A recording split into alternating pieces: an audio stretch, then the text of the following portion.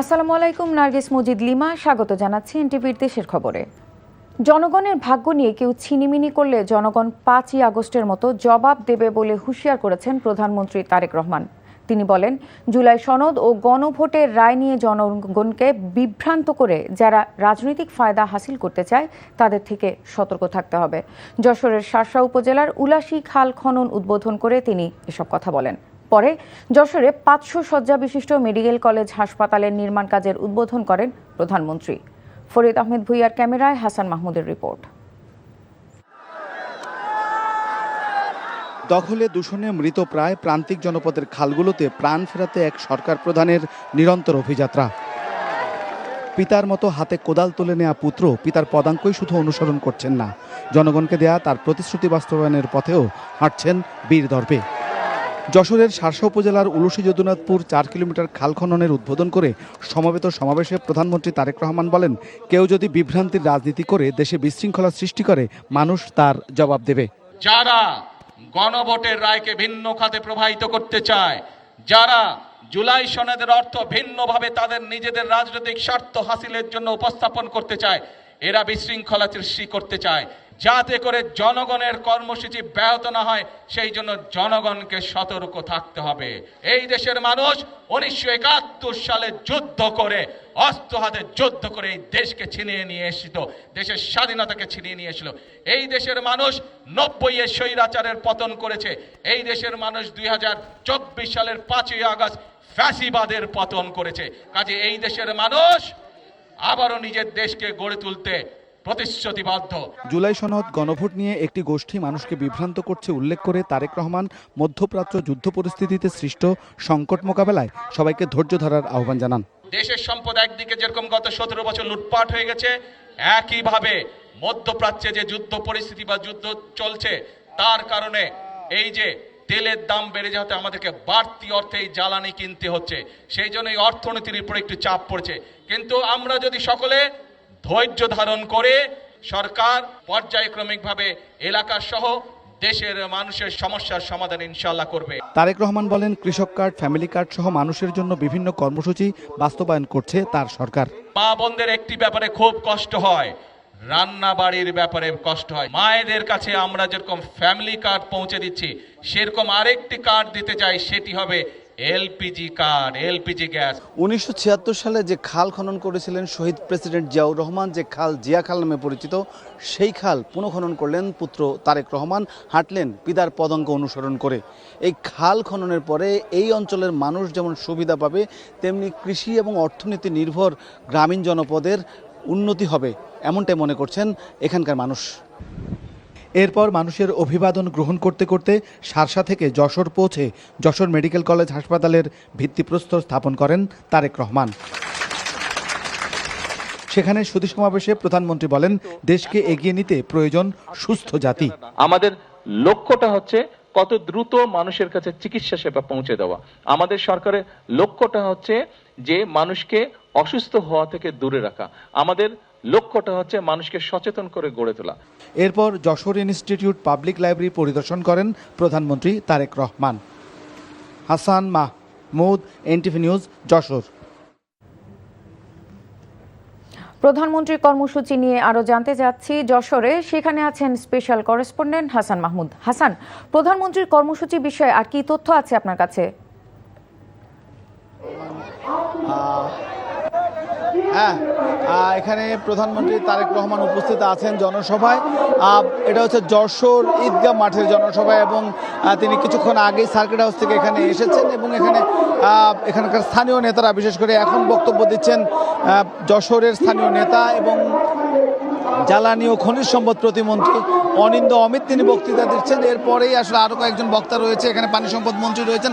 তারেক রহমান আসলে এখানে এসেই উপস্থিত জনতার উদ্দেশ্যে মাঠ ভর্তি আসলে মানুষের উপস্থিতি, পুরো মাঠের বাইরে সড়কেও কিন্তু মানুষের ব্যাপক উপস্থিতি তৈরি হয়েছে এবং সবচেয়ে বড় কথা হচ্ছে যে এই ঈদগাহ মাঠের যে চারপাশে যে সড়কগুলো, সেই সড়কগুলোতেও কিন্তু মানুষের ঠাসা। অর্থাৎ প্রধানমন্ত্রী হওয়ার পরে তারেক রহমান এই প্রথম যশোরে এসেছেন। বাদশাহ ফয়সাল ইসলামী ইনস্টিটিউট, যে এখানকার কেন্দ্রীয় ঈদগাহ ময়দান যশোরের, সেই ময়দান ছাপিয়ে কিন্তু মানুষের স্রোত কিন্তু শহরের দিকে আছড়ে পড়েছে।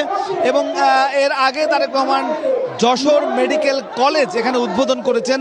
যশোর মেডিকেল কলেজ বহুদিনের দাবি ছিল এই অঞ্চলে এলাকার এবং এই এলাকাবাসীর, এবং বিএনপি চেয়ারপারসন থাকা অবস্থায় এবং প্রধানমন্ত্রী থাকা অবস্থায় বেগম খালেদা জিয়া এইখানে একটি মেডিকেল কলেজ করার কথা বলেছিলেন অনেক আগে। তারই 20 বছর পর সেটি ফলক উন্মোচন করলেন তারই রক্তের উত্তরসূরি তারেক রহমান, যিনি এখন প্রধানমন্ত্রীর দায়িত্বে রয়েছেন। এবং তিনি কিন্তু এর আগে যে অংশগ্রহণ করেছিলেন, বিশেষ করে সারসায় যে খাল খনন করেছিলেন, সেখানে কিন্তু তিনি বেশ কয়েকটি কথা বলেছেন যে বর্তমান যে পরিস্থিতি, অর্থাৎ যুদ্ধ পরিস্থিতি মধ্যপ্রাচ্যে, সেই যুদ্ধ পরিস্থিতিতে যে ক্রাইসিস অর্থাৎ সংকট চলছে দেশে, সেই সংকটে সরকার সর্বোচ্চ চেষ্টা করছে যে সংকট কাটিয়ে ওঠার, এবং সেই সংকটে সবাইকে ধৈর্য ধরার আহ্বান জানিয়েছে। এবং পাশাপাশি তিনি বলেছেন তারা যে ফ্যামিলি কার্ড, কৃষক কার্ড এবং বিভিন্ন কর্মসূচি নিয়ে, প্রতিশ্রুতি নিয়ে জনগণের কাছে যাচ্ছেন, সেই প্রতিশ্রুতিগুলোকে জনগণের কাছ থেকে অন্য একদিকে প্রবাহিত করার জন্য একটি গোষ্ঠী চক্রান্ত করছে বা ষড়যন্ত্র করছে,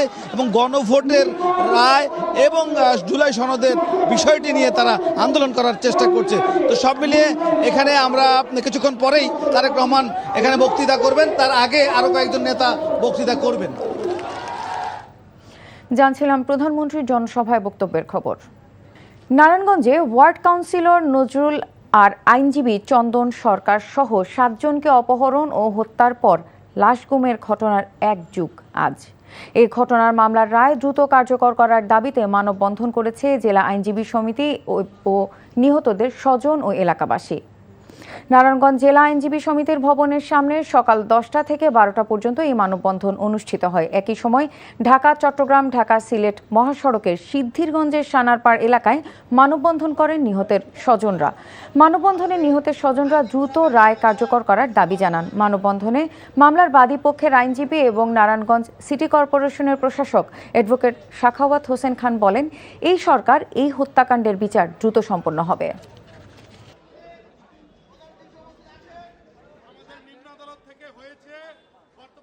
বর্তমান যে আইনমন্ত্রী তার সাথে কথা বলেছি, আমাদের অ্যাটর্নি জেনারেলের সাথে কথা বলেছি, ওনারা আশ্বাস দিয়েছে যে এটা দ্রুততম সময়ের মধ্যে ওনারা লিস্টে এনে এটার বিচার নিষ্পত্তি করবে। এটা কিন্তু সারা বাংলাদেশের মানুষ চায় এই হত্যাকাণ্ডের বিচার। ময়মনসিংহের ফুলপুরে কৃষক আশরাফ আলী হত্যা মামলায় 3 জনের মৃত্যুদণ্ড ও 3 জনের যাবজ্জীবন কারাদণ্ড দিয়েছে আদালত। দুপুরে ময়মনসিংহের বিশেষ দায়রা জজ আদালতের বিচারক ফারহানা ফেরদৌস অভিযুক্তদের উপস্থিতিতে এই আদেশ দেন। 2014 সালের 18 জানুয়ারি অভিযুক্তরা পূর্ব পরিকল্পিতভাবে কৃষক আশরাফ আলীকে হত্যা করে। পরদিন নিহতের ছেলে জুলহাস 6 জনকে আসামি করে ফুলপুর থানায় মামলা করে। মামলায় তদন্ত, 15 জন সাক্ষীর সাক্ষ্য গ্রহণ, জেরা আইনজীবীদের যুক্তি তর্ক শেষে আদালত অভিযুক্তদের দোষী সাব্যস্ত করে নূর হোসেন, শহীদুল ও উজ্জ্বল মিয়াকে মৃত্যুদণ্ড ও প্রত্যেককে 30,000 টাকা অর্থদণ্ড, সেই সাথে অভিযুক্ত সোরহাব আলী, স্বরূপা খাতুন ও রেহানা খাতুনকে যাবজ্জীবন কারাদণ্ড দিয়েছে। এছাড়া প্রত্যেককে 50,000 টাকা অর্থদণ্ড প্রদান করা হয়।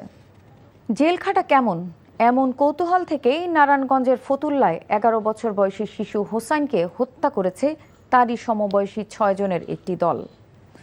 দুপুরে পুলিশ সুপার মিজানুর রহমান মুন্সি সংবাদ সম্মেলনে এ তথ্য জানান। তিনি বলেন, নিহত হোসাইন তার বাবার সঙ্গে নারায়ণগঞ্জ শহরে ফুল বিক্রি করত। গত 18 এপ্রিল সকাল থেকে সে নিখোঁজ ছিল। পরে 23 এপ্রিল দাপা ইদ্রাকপুর ব্যাংক কলোনি এলাকায় মিঠু মিয়ার পরিত্যক্ত বাড়ি থেকে লাশ উদ্ধার করা হয়। ঘটনার দিন সাইফুল, তানভীর ও ইউনুস নিজেদের মধ্যে আলোচনা করে খুন করলে জেলে যেতে হয়, আর সেই অভিজ্ঞতা নেয়ার ইচ্ছা থেকেই তারা হত্যা পরিকল্পনা করে বলে জানান পুলিশ সুপার। পরে পাশ দিয়ে হেঁটে যাওয়া হোসাইনকে ছুরিকাঘাতে হত্যা করে পরিত্যক্ত ওই বাড়িতে লাশ ফেলে পালিয়ে যায় তারা। পুলিশ জানায়, এই ঘটনায় 6 জনকে গ্রেফতার করা হয়েছে। চট্টগ্রামের শীর্ষ সন্ত্রাসী ওসমান গনি ওরফে মনাকে গ্রেফতার করেছে পুলিশ। পুলিশ জানায়, হাটহাজারীর চিকনদন্ডি ইউনিয়নের একটি 5তলা ভবনে অভিযান চালিয়ে শীর্ষ সন্ত্রাসী ওসমান গনি মনাকে গ্রেফতার করা হয়। এ সময় তার কাছ থেকে বিপুল পরিমাণ আগ্নেয়াস্ত্র, গুলি ও দেশীয় অস্ত্র উদ্ধার করা হয়। প্রাথমিক জিজ্ঞাসাবাদে ওসমান অস্ত্র ব্যবসা, সন্ত্রাসী কর্মকাণ্ডের নেতৃত্ব দেয়া এবং বিভিন্ন এলাকায় অস্ত্র সরবরাহের সঙ্গে জড়িত থাকার কথা স্বীকার করেন। তার বিরুদ্ধে 18টি মামলা রয়েছে বলে জানায় পুলিশ।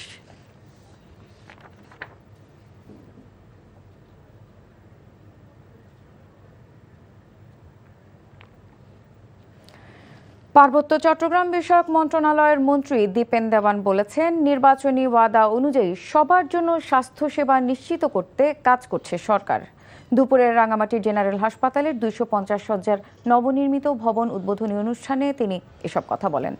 পাহাড়ে শিক্ষা ও স্বাস্থ্যসেবা অনেক পিছিয়ে আছে উল্লেখ করে মন্ত্রী বলেন, সেবা উন্নয়নে চিকিৎসকদের গুরুত্বপূর্ণ ভূমিকা পালন করতে হবে। নৌপথে সেবা সহজ করতে নৌ অ্যাম্বুলেন্সের ব্যবস্থা করা হবে। হাসপাতালের জনবল ও যন্ত্রপাতির সংকটও সমাধান করা হবে। আসন্ন বর্ষা মৌসুমে চট্টগ্রামের জলাবদ্ধতা নিরসনে মাসব্যাপী নালা নর্দমা পরিষ্কার কার্যক্রম জোরদার করেছে সিটি কর্পোরেশন। সকাল থেকে নগরীর বিভিন্ন ওয়ার্ডের খাল, নালা নর্দমা পরিষ্কার কার্যক্রম পরিদর্শন করেন মেয়র ডাক্তার শাহাদাত হোসেন। এ সময় তিনি ফিরিঙ্গি বাজার ওয়ার্ডে বান্ডেল খাল, পাথরঘাটা ওয়ার্ডের বদরালী খাল, বক্সিরহাট ওয়ার্ডের বিভিন্ন নালা নর্দমা পরিষ্কার কার্যক্রম দেখেন। সিটি কর্পোরেশনের প্রধান পরিচ্ছন্ন কর্মকর্তা ক্যাপ্টেন ইখতিয়ার উদ্দিন চৌধুরী সহ স্থানীয় বিএনপি নেতৃবৃন্দরা মেয়রের সাথে ছিলেন। কক্সবাজারের উখিয়া উপজেলার পালংখালী সীমান্তে বিশেষ অভিযান চালিয়ে 282 রাউন্ড গুলি উদ্ধার করেছে বিজিবি জানায়, গতরাতে গোপন সংবাদের ভিত্তিতে পালংখালী বিওপির একটি বিশেষ টহল দল পালংখালী বিওপির সীমান্তে বাংলাদেশের অভ্যন্তরে বাহারপাড়া নামক স্থানে বিশেষ অভিযান পরিচালনা করে। বিজিবির উপস্থিতি টের পেয়ে সন্ত্রাসীরা পালিয়ে যায়। পরে বিজিবি সদস্যরা তল্লাশি চালিয়ে 282 রাউন্ড গুলি ও একটি দা উদ্ধার করে। রাঙামাটির লংগদু উপজেলায় মারা যাওয়া মৃত হাতির মরদেহ থেকে শুঁড় ও পায়ের মাংস কেটে নিয়ে গেছে দুর্বৃত্তরা। পার্বত্য চট্টগ্রাম উত্তর বন বিভাগের বিভাগীয় বন কর্মকর্তা রফিকুজ্জামান শাহ জানান, হাতিটির মৃত্যুর পর পাহারায় থাকা সঙ্গী হাতিটি সরে যাওয়ার পর রবিবার রাতের অন্ধকারে কে বা কারা মৃত হাতিটির শুঁড় ও পায়ের মাংস কেটে নিয়ে যায়। খবর পেয়ে ভেটেরিনারি সার্জন সহ বন বিভাগের কর্মকর্তারা ঘটনাস্থলে এসে ময়নাতদন্তের জন্য হাতিটির নমুনা সংগ্রহ করেন। বার্ধক্যজনিত অসুস্থতায় রোববার লংদুর এলাকায় হাতিটি মারা যায়। ফরিদপুরের চরভদ্রাসন উপজেলার সদর ইউনিয়নের কাজীবাড়ি ঘাট এলাকায় পদ্মা নদীতে মাছ ধরার সময় জেলেদের বড়শিতে একটি বড় কুমির ধরা পড়েছে। সকালে এই কুমির ধরার পরপরই ঘাট এলাকায় ব্যাপক চাঞ্চল্যের সৃষ্টি হয়। জেলে শেখ ইলিয়াস জানান, তার সাথে স্বপন ব্যাপারী, সাগর ব্যাপারী, বিল্লাল খান ও অমি সহ কয়েকজন জেলে নদীতে বড়শি ফেলে মাছ ধরছিলেন। হঠাৎ তাদের একটি বড়শিতে কুমিরটি আটকে যায়। পরে সেটি টেনে তুলে রশি দিয়ে বেঁধে ঘাটে নিয়ে আসেন তারা। তিনি আরও বলেন, কুমিরটি উদ্ধারের সময় ঘাটের পশ্চিম পাশে আরও দুটি বড় আকারের কুমির দেখা গেছে, যা এলাকাবাসীর মধ্যে নতুন করে উদ্বেগ তৈরি করেছে। বন্যপ্রাণী সংরক্ষণ কর্মকর্তারা এসে কুমিরটি উদ্ধার করে নিরাপদ স্থানে নিয়ে যায়। অনিয়ম, দুর্নীতি ও কর্মচারীদের মারধরের অভিযোগে সাভার উপজেলার সাব রেজিস্ট্রার শিকদার জাকির হোসেনের বিরুদ্ধে সন্ত্রাসী কায়দায় সাংবাদিকদের তুলে নেয়ার চেষ্টার অভিযোগ করেছেন গণমাধ্যম কর্মীরা।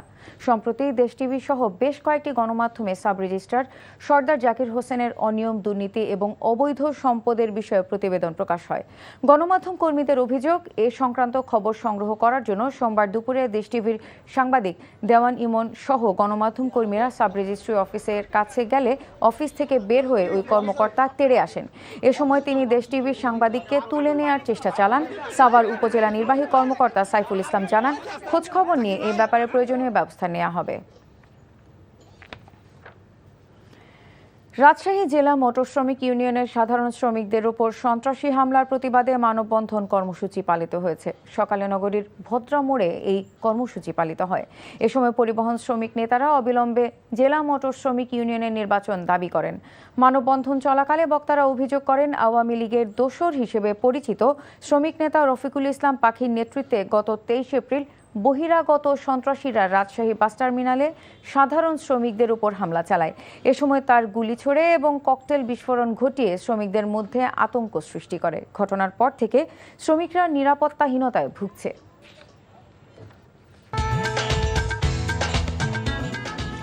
এই ছিল দেশের খবরে। এই খবরের ভিডিও সহ আপডেট জানতে ভিজিট করুন এনটিভি অনলাইন www.ntvbd.com। এছাড়াও এনটিভির জনপ্রিয় সব অনুষ্ঠান ও খবরের আপডেট জানতে ভিজিট করুন আমাদের ইউটিউব ও ভেরিফাইড ফেসবুক পেজে।